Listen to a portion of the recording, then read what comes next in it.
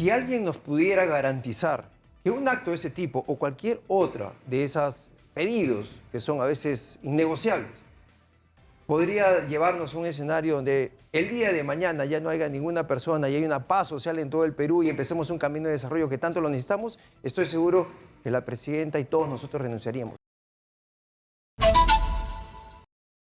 El tema es que en las manifestaciones ha habido bastante más gente que 2000, las manifestaciones anteriores, antes de que se desatara esta crisis política, y tengo la impresión de que el general está partiendo de un diagnóstico de que la ciudad de Lima no es lo mismo que el interior del país con respecto a la posición en relación a Dina Boluarte, a su permanencia en el gobierno. Pero en fin, vamos a ver qué es lo que pasa el día de hoy. Por supuesto que nadie quiere que haya violencia, que nadie quiere que haya confrontación, y yo creo que sí es muy importante que haya una coordinación entre los organizadores de la marcha y las autoridades policiales, para juntos neutralizar a los vándalos y a los provocadores que se infiltran en estas movilizaciones. Esto es algo que puede manejarse de manera responsable con la colaboración de ambas partes, porque no solo a la policía y a los ciudadanos comunes les interesa que no haya violencia y daño a sus propiedades o a su vida, sino a los propios organizadores de las manifestaciones les debe interesar que esto no ocurra. Está en nuestros estudios el ministro de Desarrollo e Inclusión Social, Julio de Martín, y le agradezco por estar acá. Muy buenos días. Muy buenos días, Nicolás, y muchas gracias por el espacio. La gente que está manifestando en diferentes lugares del país, sobre todo en el sur, y los que han venido a marchar, están pidiendo 3 o 4 reivindicaciones, pero tal vez la más importante sea la renuncia de Dina Boluarte. ¿Ustedes han discutido esto? Porque ayer circulaba el rumor. Lamentablemente, pues hay mucha fake news, como dicen los gringos, mucha información falsa, ¿no? Pero, ¿se ha contemplado la posibilidad en algún momento de la renuncia de Dina Boluarte? Nicolás, ayer hemos estado en Consejo de Ministros reunido todo el gabinete y por lo mismo también quiero aprovechar para expresar mis condolencias a nuestro ministro de Educación, que en hora de la noche su padre ha fallecido. Condolencias también a cada una de las víctimas de estas movilizaciones. Y también aprovechar para hacer una exhortación y un pedido, más que exhortación, de que las marchas sean pacíficas, porque es un derecho justo. A partir de eso, en los consejos de ministros, por supuesto que se discuten los diversos escenarios. Sin embargo, acá hay que ser categórico, Nicolás, porque hay muchas cosas que están en juego y no son cosas personales, sino está en juego nuestra democracia, nuestro Estado de Derecho, nuestra constitucionalidad. Por lo tanto, que puedo decir de manera firme de que no ha habido ningún intento ni intención de renuncia a la presidenta, ni una discusión sobre esos escenarios, tan simple porque esa renuncia no garantiza absolutamente nada. Y yo le he dicho en otros medios, Nicolás, si alguien nos pudiera garantizar que un acto de ese tipo o cualquier otra de esos pedidos, que son a veces innegociables, podría llevarnos a un escenario donde el día de mañana ya no haya ninguna persona y hay una paz social en todo el Perú y empecemos un camino de desarrollo que tanto lo necesitamos, estoy seguro que la presidenta y todos nosotros renunciaríamos. Pero nadie garantiza eso. Es decir, si los manifestantes y los que promueven estas manifestaciones se comprometen a cesar las movilizaciones a cambio de la renuncia de Dina Boluarte renunciaría. Pero estoy seguro que cualquiera, no solamente la presidenta y todo el Consejo, obviamente buscando paz social y estabilidad en el país, podría tener esos, digamos, no solamente esa especulación o ese análisis, una esa decisión, pero el problema es que esas condiciones no existen. Y lamentablemente no es por las personas que, como tú lo habías dicho, quieran marchar y protestar de manera pacífica. No existen porque también tenemos que ser conscientes de que atrás de eso hay algunos grupos, porque son algunos grupos muy pequeños, que no quieren eso, que quieren una anarquía y que quieren un escalamiento para la ruptura del Estado de Derecho. Pero si se logra un acuerdo con quienes están protestando en el sentido de que porque el tema es el siguiente, la gente está reclamando adelanto de elecciones, la gente que está protestando. Y el propio presidente del Jurado Nacional de Elecciones lo dijo ante el Congreso, en esta comunicación que se hizo para el Congreso. Especialistas, y no solamente Fernando Tuesta Soldevilla, sino otros, dicen que es absolutamente posible organizar elecciones este año y garantizar la transmisión de mando este año. Es decir, que la primera vuelta podría ser en octubre, comienzo de octubre, la segunda vuelta a la tercera semana de noviembre y la transmisión de mando a finales del año 2023. Ahora, el problema es que eso se puede activar de dos maneras: con la renuncia de Dina Boluarte, que obliga al Congreso a convocar elecciones inmediatas, y en segundo lugar, por una decisión del propio Congreso de la República de hacer una modificación de los plazos que han establecido en su primera propuesta de abril de 2024. Sin embargo, una precisión, Nicolás, importante. En el primer momento, como confiere la Constitución, la Presidenta asume el mandato de la Nación. Obviamente asume para terminar un gobierno el 2026. Escucha a la Presidenta una demanda social que se veía y se sentía, y por lo tanto, desde el Ejecutivo, nosotros proponemos este adelanto de elecciones, pero lo proponemos no por una iniciativa técnica del Ejecutivo, sino que hubo una conversación, recuerda, con el acuerdo, con el Consejo de Estado, donde el presidente Jurado Nacional de Elecciones técnicamente expresó, y tomamos esa expresión técnica y presentamos al Congreso para que se dé un proceso electoral con las garantías del caso. Y es por eso que se está discutiendo ahorita y felizmente... Claro, pero el propio presidente del Jurado Nacional de Elecciones luego dijo que si se quería adelantar las elecciones al 2023 esto era posible, pero esto iba a hacerse al precio de sacrificar procedimientos como el de las elecciones primarias abiertas. Y también lo dijo, y lo dijo antes de la votación en el Congreso. O sea que pudo tomarse también esta segunda declaración del presidente del Jurado Nacional de Elecciones. Es decir, si uno le pregunta al presidente del Jurado Nacional de Elecciones, de acuerdo a la legislación vigente, ¿cuándo es el plazo más pronto? Él dice abril del 2024, porque hay que hacer elecciones primarias abiertas, porque eso es lo que marca la ley. Pero si la situación de emergencia política nos obliga a adelantar plazos, entonces sí es posible, pero va a haber que sacrificar las elecciones primarias abiertas, es lo que dijo. Y volvemos al escenario, Nicolás, importante de recordar, de una demanda que no es una demanda social, sino una demanda política y subyace una demanda ideológica. Y hacer estos procesos, y ahí viene el análisis técnico que tiene que hacer el Jurado Nacional de Elecciones y tomar una decisión del Congreso de la República. Nosotros hemos dado el primer paso en una decisión técnica con tiempos preestablecidos, pero ¿es realmente garantía de un proceso que no tenga primarias, un proceso que de repente pueda quedar deslegitimado, que nos vaya a conducir a la paz social y desarrollo? O sea, hay escenarios que hay que analizar. Ya, pero la pregunta también es válida en el sentido contrario. ¿Tenemos alguna garantía que con un Congreso que tiene casi 90% de desaprobación, 90% de desaprobación, que se quiere quedar si pudiera, y que está pretendiendo modificar la Constitución con respecto a temas tan delicados como la cuestión de confianza, que implica el equilibrio entre el Ejecutivo y el Legislativo? Le quieren quitar potestades al presidente para cerrar el Congreso no bajo determinadas condiciones. Quieren introducir una modificación tan importante como la bicameralidad cuando ya la ciudadanía se pronunció en un referéndum en contra. Entonces, y quieren cambiar lo peor a las autoridades electorales. Quieren que las próximas elecciones sean con sus autoridades electorales, las autoridades electorales de la mayoría del Congreso. Entonces, ¿qué garantía tenemos de que si esperamos hasta abril de 2024 las cosas van a ser mejor de las que podrían ser ahora? Y hay una exhortación al Congreso, Nicolás, que es un poder del Estado, que tiene que entender y tiene que ser más sensible a una coyuntura que es absolutamente diferente. Todos esos procesos o esos pedidos del Congreso en este momento no tienen legitimidad. Pueden tener legalidad, como decimos los abogados, pero no hay legitimidad. Y el Congreso tiene que entender que tiene una responsabilidad mayor en este contexto.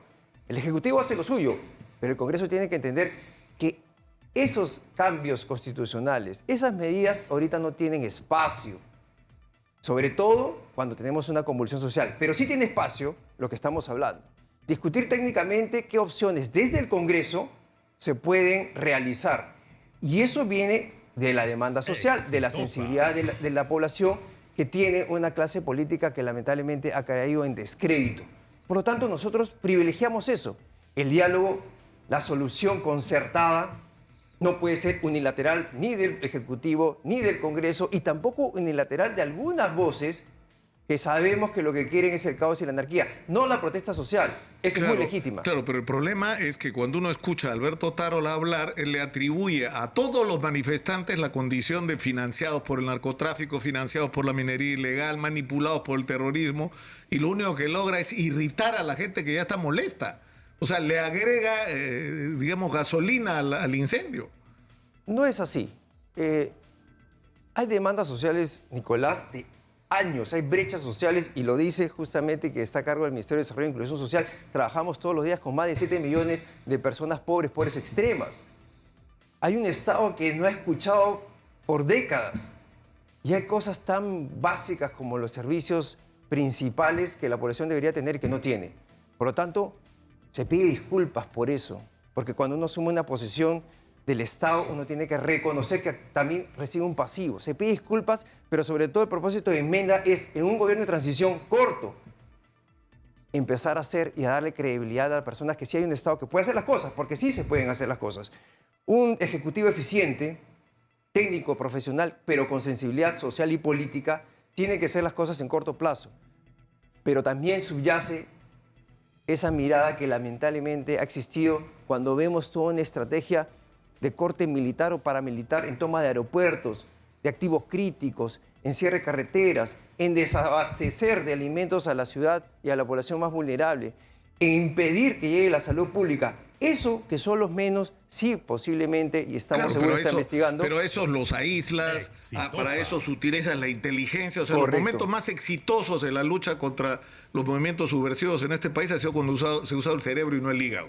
Es decir, cuando se ha usado la inteligencia y no la fuerza bruta para enfrentar las situaciones. Pero eso hablaremos luego, porque ahora, es decir, ustedes dicen... los técnicos, los especialistas dicen que la manera de enfrentar este proceso, dando garantías de que no se va a retroceder en el avance de la reforma política, es que sea el 2024. Pero los mismos técnicos y el propio presidente del Jurado Nacional de Elecciones está diciendo, bueno, si la situación política lo demanda, se pueden hacer las elecciones en el 2023. Vamos a tener que sacrificar a las elecciones primarias abiertas, pero todo lo demás se puede hacer. Del dicho al hecho hay un trecho, dice el refrán. Si eso está confirmando el Jurado Nacional de Elecciones, pues ese dicho tiene que pasarlo al hecho. Y ese hecho creo que tiene que canalizarlo a través del Congreso, Nicolás. Si el Congreso, dentro del marco de sus competencias, entiende y cree y afirma que ese es un plazo que se puede manejar, tomará esa decisión. Y nosotros como Pero ¿por qué Ejecutivo... el Ejecutivo no toma la iniciativa? Porque estamos en una profunda crisis política, y hay un reclamo de adelanto de elecciones. Y en ese contexto, actuando de manera responsable, el Ejecutivo le propone al Congreso, hagamos esto para salir de esta situación. Por lo siguiente, primero el Ejecutivo ya tomó esa iniciativa dentro de un contexto donde nos informó el Jurado Nacional de Elecciones que esa era la posibilidad más correcta. Perfecto. Pero ahora viene un segundo pedido, ya no solamente el adelanto de elecciones, sino al 2023. Con Ejecutivo, con la información que tenemos, ese 2023 que se está pidiendo nuevamente garantiza la paralización de las protestas, sobre todo, no de las protestas sociales, sino de esta protesta. Yo se lo he preguntado a dirigentes de la protesta y me han dicho que sí. Y se lo voy a preguntar con mayor razón hoy día, porque vamos a tratar de llegar a ello. Tenemos que ir a la pausa, ministro, por favor. Vamos a una pausa y regresamos inmediatamente con el ministro de Desarrollo e Inclusión Social. Regresamos. Estamos en Exitosa, la voz que integra al Perú, y está en nuestros estudios el ministro de Desarrollo e Inclusión Social, Julio De Martini. Los protestantes están reclamando al final... Y yo creo que ya esa idea absolutamente descabellada de pretender el restablecimiento en la presidencia que planteaban algunos de Pedro Castillo, que ya no lo escucho, pero en general los reclamos se pueden resumir en tres. Renuncia de Dina Boluarte, elecciones adelantadas el año 2023 y un referéndum para la realización o no de una asamblea constituyente. Es decir, que se consulte a referéndum la posibilidad o no de convocar una asamblea constituyente. ¿Cuál de estos tres puntos es negociable para el gobierno? Bueno, como te dije hace un momento, la renuncia no garantiza absolutamente nada, volver al orden y a la paz social. El adelanto de elecciones se está caminando una primera propuesta y hay una instancia que puede discutir otra posibilidad, que es el Congreso de la República, que nosotros vamos a escuchar, vamos a abonar. Y lo de la Asamblea Constituyente también es una posibilidad que se puede discutir, porque esa es una prerrogativa constitucional. Se puede pedir y se puede aceptar. O sea, hay cosas que están dentro del Estado de Derecho que nosotros tenemos que apoyar, pero obviamente en el canal de la paz y la tranquilidad social. La postura del gobierno es, la señora Dina Boluarte no va a renunciar y nosotros no queremos que haya elecciones en 2023, sino en 2024. Esa es la posición del gobierno. Lo permanentemente conversado e informado es que no hay garantías para que una renuncia nos pueda garantizar paz social. Hemos adelantado las elecciones al 24, pero si hay otra alternativa que se discuta y se proponga, como Ejecutivo, como demócratas, siempre vamos a estar para escuchar y para abonar a la solución de la paz social. Sin embargo, tenemos que estar dentro de la regla de juego, Nicolás. Si no estamos dentro de la regla de juego de un Estado constitucional y democrático, entonces, ¿por dónde nos vamos a conducir? Hoy en día esa regla de juego nos dicen que estas son las alternativas. Si hubiera otra alternativa en la mesa, pues bueno, se pero discute. lo ha planteado el presidente del Jurado Nacional de Elecciones, lo ha planteado este grupo de propuesta que reúne a técnicos. Además, que es bien interesante ese proyecto, porque reúne gente de diferentes posturas políticas, ¿ah? No están unidos por razones ideológicas, sino por la búsqueda de propuestas en común para beneficio del país. Y una de las cosas que ellos dicen es si se pueden hacer las elecciones del 2023. Sí. Y lo mismo dice Fernando Tuesta. Uno puede simpatizar o no políticamente con Fernando Tuesta, pero lo que no se puede discutir es su calidad técnica. Claro, es la persona que más sabe del tema electoral en el Perú, y eso es reconocido internacionalmente incluso. Y él nos está diciendo si se pueden hacer las elecciones. ¿Por qué no escucharlo? Nos abstraemos de todas las posiciones políticas, ideológicas y si nos gusta o no nos gusta algunos. Vamos a lo técnico. Y hay propuestas, efectivamente, y hay una serie de propuestas de varias voces, pues nosotros efectivamente estamos abiertos a escuchar, pero hay en los espacios correspondientes, ya no como propuesta, que esa propuesta se canalice a través del espacio de discusión, que es donde nosotros tenemos que plantear estas soluciones, y ese es el Congreso de la República. Adicionalmente a que ese Congreso esté legitimado, es el que tiene la potestad para esta discusión democrática, donde el Ejecutivo, ten por seguro, porque esa es la línea de la doctora Boluarte, de la Presidenta de la República, es escuchar siempre con la intención de buscar la solución, la mejor solución para todos los peruanos. Bueno, ustedes han discutido en el Consejo de Ministros por qué se han manejado, cuál es el balance que tienen, es decir, porque se dice, ¿no? Y yo lo he escuchado ya en más de una oportunidad en las últimas semanas, que la vida de una persona muerta en Lima vale más que, es decir, murieron 2 chicos en Lima y tuvo que renunciar el entonces presidente Manuel Merino. Ya han muerto, con las cifras de hoy, ya no sé, según lo que nosotros teníamos eran 47 personas, ¿no? Incluyendo al suboficial Zonco, ¿no? Quemado salvajemente en Juliaca. Pero la pregunta es o sea, ¿no ha habido un balance autocrítico de cómo se manejó esto? Es decir, en Juliaca, por ejemplo, que no había muerto nadie hasta el incidente del aeropuerto. ¿Quién tomó la decisión de defender a fuego el aeropuerto? Porque en Brasil tomaron el Palacio de Gobierno, no el aeropuerto. Tomaron el Parlamento, tomaron el Tribunal Supremo, como si hubieran tomado el Palacio de Justicia acá, ¿no? Y no murió nadie. Entonces, alguien tomó la decisión de defendemos a balazos el aeropuerto, pero no vamos a entregarle un bien público de esas dimensiones a estos provocadores. Toda vida es valiosa, toda vida. De nuestro peruano que vive en la frontera con Colombia y Ecuador, en la Amazonía, como nuestro compatriota que vive en la frontera con Bolivia o Chile. Todos. No hay diferencia alguna. Sí hay un análisis, una autocrítica, por supuesto, y hay un pedido de disculpas de la presidenta. Recuerda que este gobierno asume funciones en un mes y algunos días y encuentra, Nicolás, y hay que decirlo con claridad, un Estado devastado en todas sus instituciones, no solamente las de servicios públicos, sino las instituciones que deberían tener los procesos de acercamiento a la población y de inteligencia. Eso no encontramos.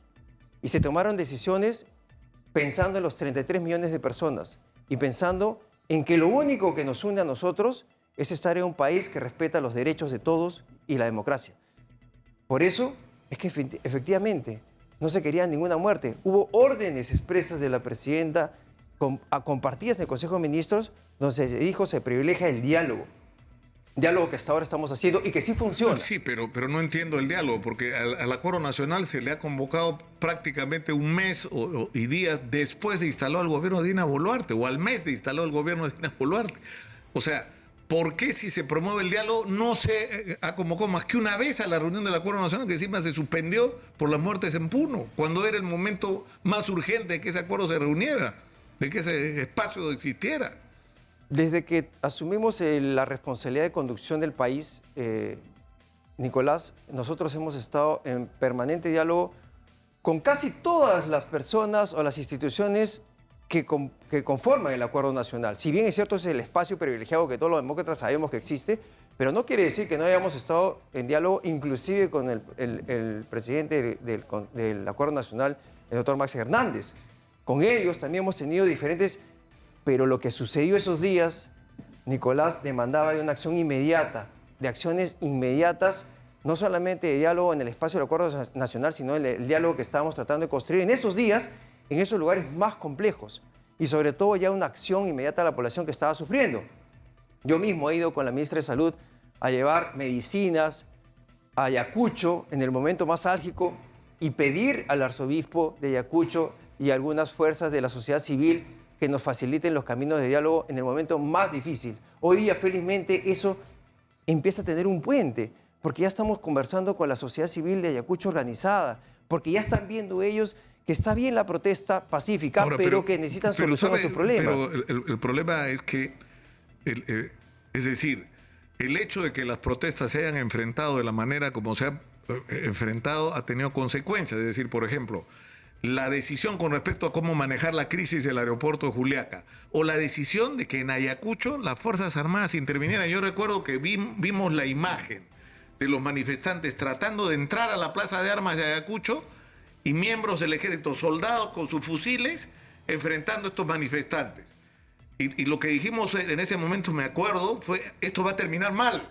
¿Por qué? Porque si tú eres un policía experimentado, dejas entrar a la gente a la plaza, porque la plaza es el lugar más abierto, el lugar donde puedes tener espacio para controlar a los manifestantes. Pero un miembro del ejército no tiene experiencia para manejar. Y terminó mal. Terminó mal porque se tomó la equivocada decisión de que fueran miembros de las Fuerzas Armadas frente a frente con los manifestantes. Y eso, y las Fuerzas Armadas deberían cumplir un papel de respaldo a la policía, pero no reemplazar a la policía. Correcto. Porque no están entrenados para esas situaciones. Correcto, Nicolás. Entonces el problema es que ahora, ¿qué va a pasar? ¿Quiénes van a hacerse responsables de la muerte? ¿Los miembros individuales de la policía? ¿Los miembros individuales del ejército? ¿O quienes tomaron la decisión de manejar las cosas así? Hay que ser acá enfáticos. Yo jamás voy a descalificar una información, pero hay que ponerla en contexto, Nicolás. Y tú sabes que ahora corre mucha información y no necesariamente toda seria, como los buenos medios de comunicación. Pero sí hay algo cierto. La orden fue privilegiar la contención, no la represión. ¿Qué sucedió en esos momentos? Se tiene que investigar. Y se tiene que investigar con imparcialidad, inclusive acompañado de organismos internacionales, si es que se puede criticar esa imparcialidad.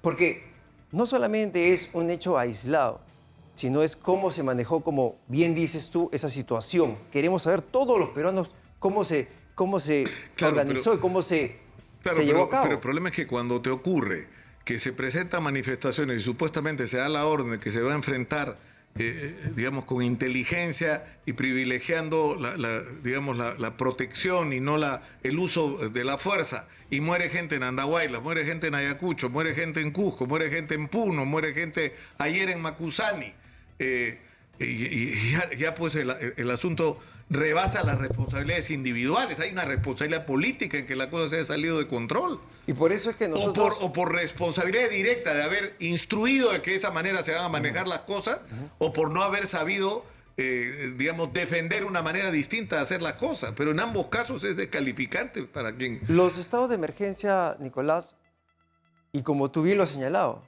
no es para que dejes el control absoluto de las táctico operativo a los militares. Sirve para el apoyo de la policía cuando necesita un apoyo estratégico. Y esos estados de emergencia y los que hay son justamente para estratégicamente cuidar algunos activos críticos que, Nicolás, no minimicemos. O sea, realmente son importantes. Un aeropuerto no es por la infraestructura pública solamente, que ya es importante. Un aeropuerto como en el caso de Puno, de Ayacucho, de Apurímac, de Cusco, de Arequipa, era una estrategia para desabastecer No solamente la contingencia, no de militares, de policías que están preparados para esta contención civil, pero también de alimentos, de medicinas y de otros servicios básicos. Entonces, O sea, pero el problema es que defender el aeropuerto en la inferioridad de condiciones que estaba la policía en ese momento era imposible a menos que ocurriera lo que ocurrió. Y lo que ocurrió fue meter bala. Era la manera de enfrentar la situación. La otra posibilidad era entregar el aeropuerto, que iba a ser una pérdida. Por supuesto que iba a ser una pérdida. Por supuesto que sí. Pero ¿qué valía más en ese momento? Es decir, ese es el tema. Y por eso yo doy el ejemplo de Brasil. O sea, si hubiéramos actuado. En Brasil han tomado el Palacio de Gobierno, por Dios. No han tomado el Parlamento, han tomado... O sea, ¿qué hubiéramos hecho nosotros o este gobierno en Brasil? Hubieran muerto 3.000 personas. pero yo Para respeto... no permitir que se tome el Palacio de Gobierno. El Palacio de Gobierno. A ver, o sea, no es un aeropuerto el que estaban tomando en Brasil. Por eso, es decir, a lo que voy es que hay que tener una estrategia para infiltrar porque infiltrar también hay que hacerlo, a los provocadores, para saber quiénes son, para detectarlos, para capturarlos, para aislarlos de la gente, para aliarse con los promotores de las protestas, para que ellos mismos ayuden a aislar a estos provocadores. La pregunta es cuánto de eso se ha hecho. Nicolás, yo respeto todas las opiniones y eso tiene que ser así. Sin embargo, recordar también que en el hecho de Brasil la situación no está clara. No podemos comparar lo que está pasando acá en el Perú con lo que pasó en Brasil, porque en Brasil hay claras sospechas de que esto ha sido una acción política manejada por un sector ideológico también de Brasil.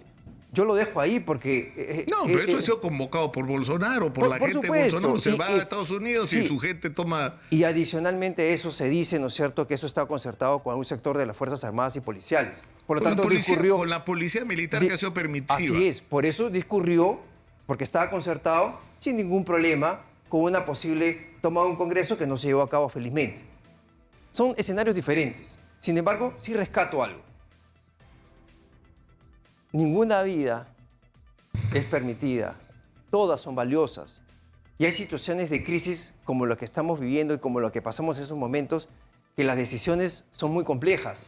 Por eso hay que dejar una investigación para que se asuma y se conozca cuáles son los procesos que se toman. Claro, ministro, al final es, Dina Boluarte no va a renunciar, no va a tomar ninguna iniciativa para el adelanto de elecciones para el 2023, y el eventual referéndum para que la población decida si hay asamblea constituyente o no, es una posibilidad que habría que discutir. Esa es la posición. Ahora, ¿cuándo se va a convocar al Acuerdo Nacional? El Acuerdo Nacional ha quedado permanentemente activo porque lamentablemente justo cuando estábamos ya conversando el consolidado de muchas conversaciones que ya habíamos tenido de manera individual o grupal con, por ejemplo, gobernadores, alcaldes electos en ese momento, otras instituciones como la Fiscalía, el Ministerio Público, Poder Judicial, etcétera. Ya pasamos a la instancia del colegiado, se tuvo que suspender, pero como lo dijo mismo el señor Máximo Hernández, esto ha quedado permanentemente abierto para la convocatoria que nosotros podemos activar. ¿Pero qué están esperando? Es lo que no entiendo. Si es un espacio privilegiado para el diálogo, para el encuentro. O sea, sinceramente no entiendo Nicolás, cuál es el problema. Que hay muchas voces ahí que van a decir que renuncie Dina Boluarte y que se adelanten las elecciones para el 2023. Como lo dice mi profesor Máximo Hernández, el Acuerdo Nacional es donde se privilegia las coincidencias, no las diferencias. Es donde se privilegia lo que nos une. Pero efectivamente, es parte también de poder escuchar. Y en ese momento, con esa sensibilidad que había, se decidió suspender porque había una posición muy radical del gobernador de Puno en el marco de un espacio donde se tiene que privilegiar coincidencias para buscar la solución de los problemas. Por lo tanto, estoy seguro que ese espacio ahorita se tienen que tomar otras decisiones de manera diferente y en cualquier momento lo activaremos. Pero era razonable, ¿no? Ese día la indignación, habían muerto...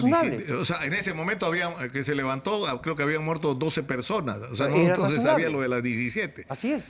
Ahora, pero ¿qué le diría usted como vocero al gobierno? Hay mucha gente que nos está viendo, escuchando y siguiendo en las redes. ¿Qué le diría usted a la gente? ¿Cuál es el mensaje del gobierno de Dina Boluarte a la gente el día de hoy, en un día tan complicado? ¿De dónde? Donde hay, por un lado, gente que está saliendo a protestar, y hay otro lado, pero en el otro lado hay gente que tiene una enorme incertidumbre, que es cierto, que quiere trabajar, que quiere que una vez haya paz en este país y que volvamos a los cauces mínimos de funcionamiento de este país, porque estamos perdiendo tiempo.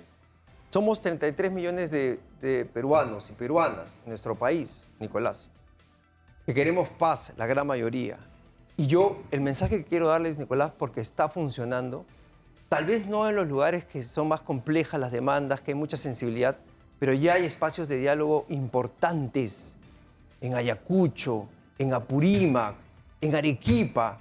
El diálogo sí funciona y eso es lo que este gobierno quiere privilegiar. Por supuesto que también constitucionalmente tenemos que defender la vida y la integridad física de las personas y la paz social, y para eso está la policía, que es especializada. Confiemos en nuestra policía, confiemos en la estrategia que obviamente se está utilizando hoy en día para que en esa contención pacífica las marchas y las protestas constitucionalmente permitidas se conduzcan por ese lado.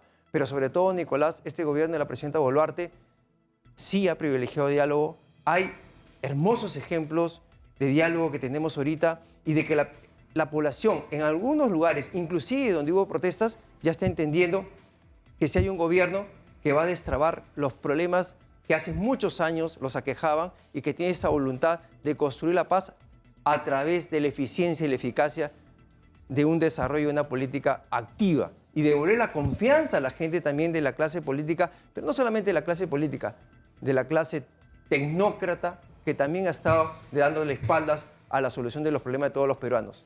Ministro, muchas gracias por estar con nosotros. Ha sido usted muy gentil. Muchas por estar gracias, acá en los Nicolás. estudios Exitosa. Nos vamos con María Esther.